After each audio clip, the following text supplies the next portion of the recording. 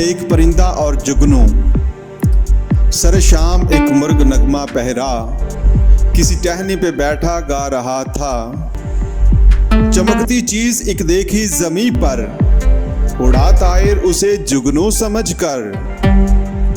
कहा जुगनू ने ओ मुर्ग नवारेज, ना कर बेकस पे मंकारे हवस तेज। तुझे जिसने चहक गुल को महक दी, उसी अल्लाह ने मुझको चमक दी। लिबासे नूर में मस्तूर हूँ मैं, पतंगों के जहां का तूर हूँ मैं।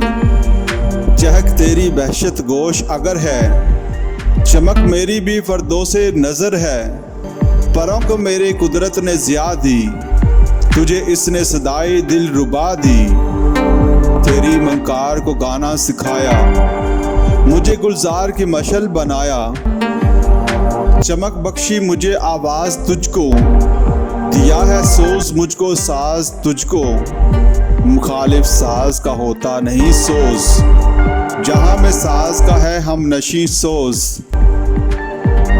क्या में बस में हस्ती है इन्हीं से, ज़हूर और जो पस्ती है इन्हीं से। हम आहंगी से है महफिल जहां की, इसी से है बहार इस बोस्तां की।